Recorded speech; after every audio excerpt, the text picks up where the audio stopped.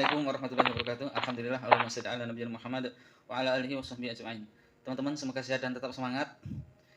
Masih berkaitan dengan Pondok Al Zaitun, yang mana sang pimpinan begitu senang dan begitu gembira dan begitu semangat untuk mengkampanyekan yakni nilai-nilai ataupun ajaran Yahudi. Di antaranya dengan apa teman-teman?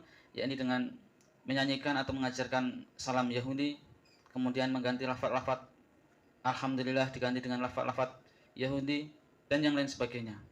Teman-teman sekalian, mari kita akan simak bersama dalil-dalil ataupun bagaimana sisi kehidupan Rasulullah SAW terhadap ahlu kitab, baik Yahudi ataupun Nasrani. Yang ayat tersebut dan hadis tersebut perlu kita perhatikan dengan seksama agar kita tidak salah memahaminya, insya Allah. Yang pertama, teman-teman sekalian, bisa kita buka di surat Al-Baqarah ayat ke-136. A'udzubillahi minasyaitonirrajim. Qulu amanna billahi wa ma unzila ilaina wa ma unzila ila Ibrahim wa Ismaila wa Ishaqa wa Yaqub wal asbati wa ma utiya Musa wa Isa wa ma utiyan nabiyyuna min rabbihim la nufariqu baina ahadim minhum wa nahnu lahu muslimun. Yang artinya, katakanlah, kami beriman kepada Allah dan kepada apa yang diturunkan kepada kami dan kepada apa yang diturunkan kepada Ibrahim, Ismail, Ishak, Yakub dan anak cucunya, dan kepada apa yang diberikan kepada Musa dan Isa, serta kepada apa yang diberikan kepada nabi-nabi dari Tuhan mereka. Kami tidak membeda-bedakan seorang pun di antara mereka, dan kami berserah diri kepadanya. Teman-teman sekalian, ayat ini di dalam Al-Baqarah ayat ke-136 ini memang kita beriman dan membenarkan apa yang diturunkan Allah kepada Nabi Ibrahim dan anak cucunya, terutama kepada Nabi Musa dan Nabi Isa, yakni berupa Taurat dan Injil. Namun bagaimanakah cara membenarkannya? Apakah kita mengajarkannya ajaran-ajaran Taurat dan Injil itu atau bagaimana? Ternyata teman-teman sekalian, ayat ini pernah dijelaskan oleh Rasulullah SAW di dalam hadisnya sebagai berikut ini.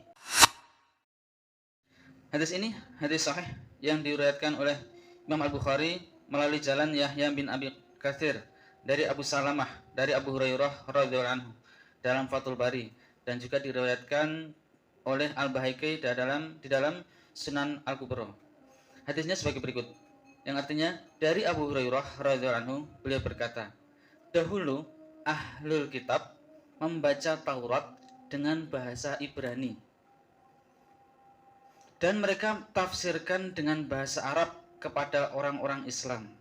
Maka Rasulullah SAW pun bersabda, jangan kalian percaya, jangan kalian mempercayai mereka, jangan pula kalian dustakan, namun katakanlah seperti di dalam ayat pada surat Al-Baqarah ayat ke-136.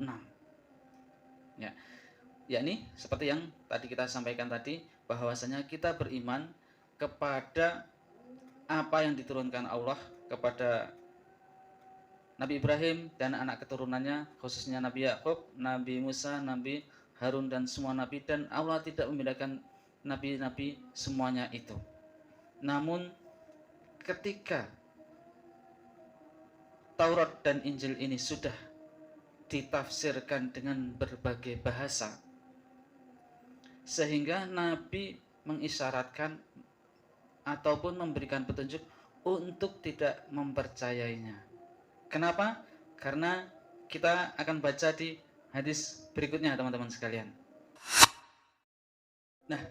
Nah, ini hadis dari Jabir bin Abdullah radhiyallahu anhu, yakni suatu saat Umar bin Al-Khattab radhiyallahu anhu menghadap Nabi SAW dengan membawa sebuah kitab yang ia dapatkan dari sebagian ahli kitab.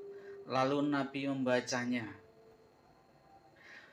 Beliau SAW kemudian marah dan bersabda, apakah engkau termasuk orang yang bingung, wahai Ibnu Khattab? Demi zat yang jiwaku berada di tangannya, sungguh aku telah datang kepada kalian dengan membawa agama yang putih bersih. Jangan kalian bertanya sesuatu kepada mereka, yakni kepada ahlul kitab, karena boleh jadi mereka mengabarkan al-haq, mengabarkan kebenaran kepada kalian, namun kalian mendustakan al-haq tersebut. Atau mereka mengabarkan satu kebatilan, lalu kalian membenarkan kebatilan tersebut. Demi zat yang jiwaku berada di tangannya, seandainya Musa alaihissalam masih hidup, niscaya tidak diperkenankan baginya, melainkan dia harus mengikutiku, mengikuti Nabi Muhammad Sallallahu Alaihi Wasallam. Hadis ini teman-teman, hadis hasan, diriwayatkan oleh Al-Imam Ahmad bin Hambal dalam musnadnya nomor 14623 melalui jalan guru beliau, yakni Suraj bin An-Nu'man, dari Hushaim, dari Mujalid, dari Asy'ami, dari Jabir bin Abdullah radhiyallahu anhu. Diriwayatkan juga oleh Ibnu Abi Asim dalam As-Sunnah, juga Ad-Darimi, Ibnu Abdul Bar dalam Jami' Al-Bayan.